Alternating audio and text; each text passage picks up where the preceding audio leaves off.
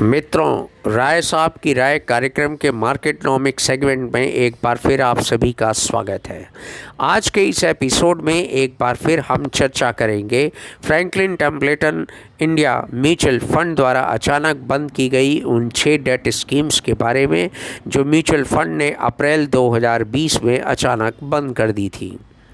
और ऐसा करते वक्त यूनिट होल्डर्स को इन स्कीम से एग्ज़िट करने का कोई मौका नहीं दिया था, जिसका नतीजा ये हुआ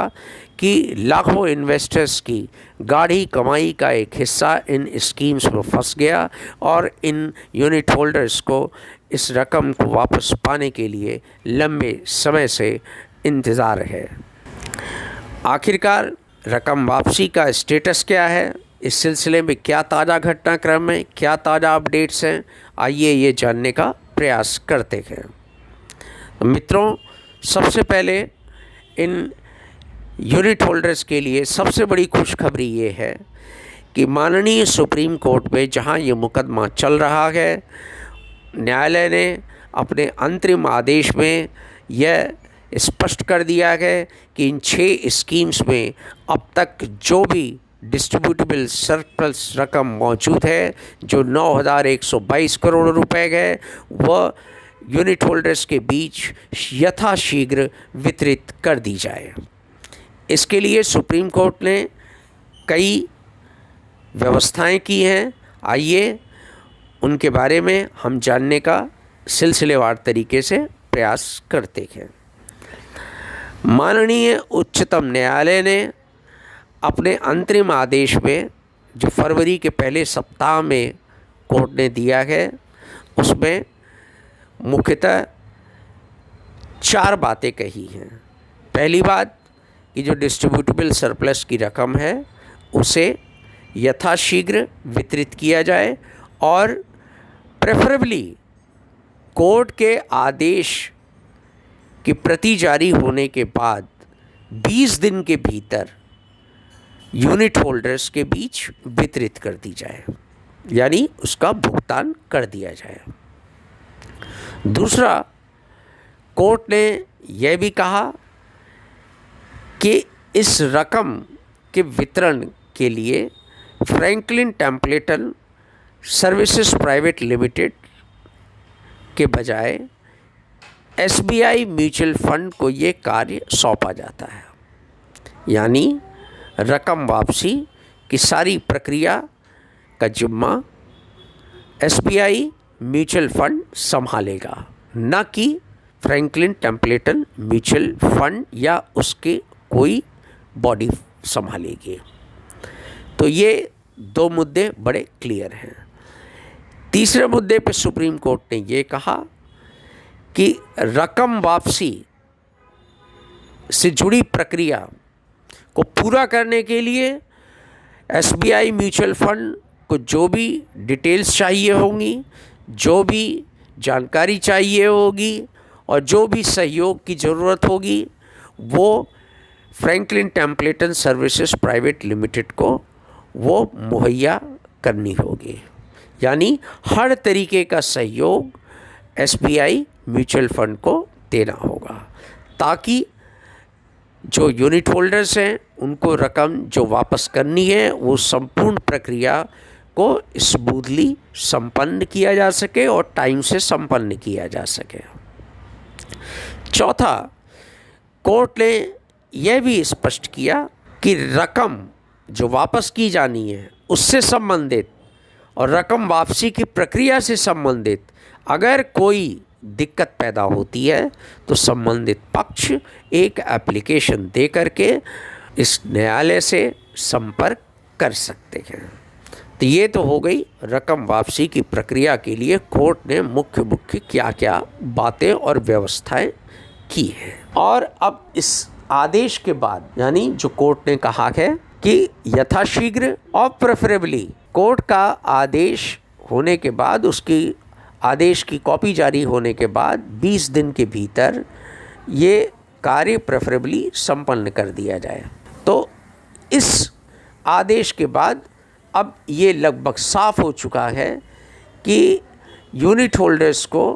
जो डिस्ट्रीब्यूटेबल सरप्लस की रकम है वो उनकी यूनिट के अनुपात में, जो उन्होंने जितनी यूनिट्स होंगी उस अनुपात में ये रकम उन्हें फरवरी महीने के अंदर अंदर मिल जानी चाहिए। अब रही बात बची हुई रकम की कि बची हुई रकम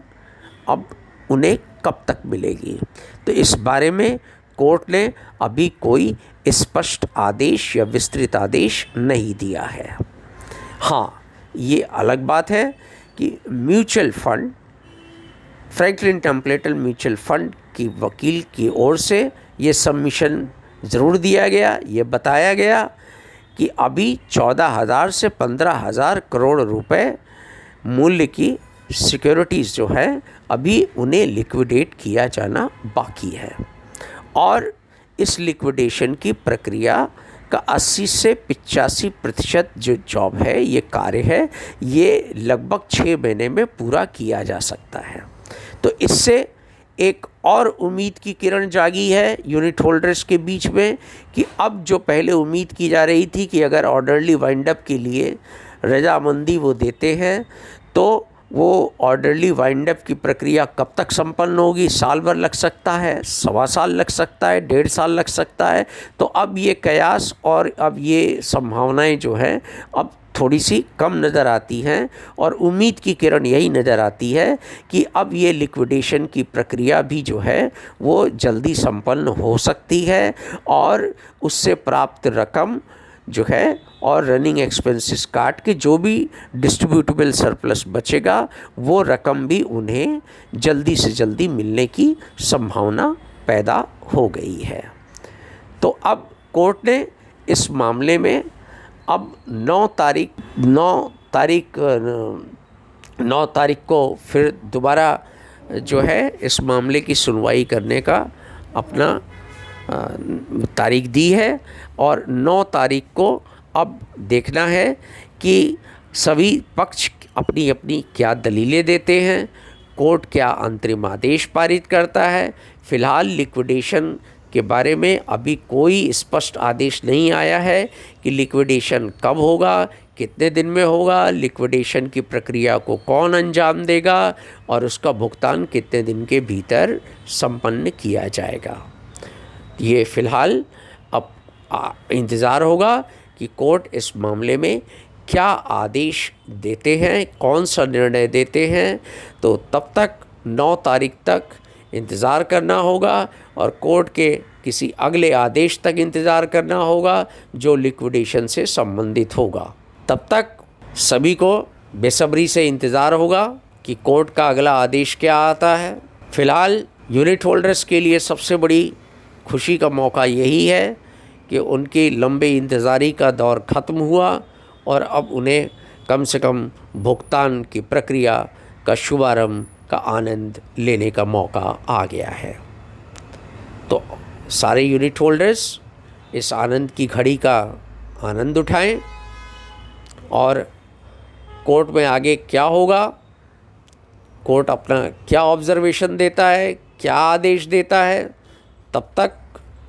के लिए मुझे इजाज़त दीजिए। जो भी आदेश होगा, जो भी माननीय न्यायालय अपना निर्णय सुनाएंगे, हम वो अपडेट आप तक पहुंचाने का प्रयास करेंगे।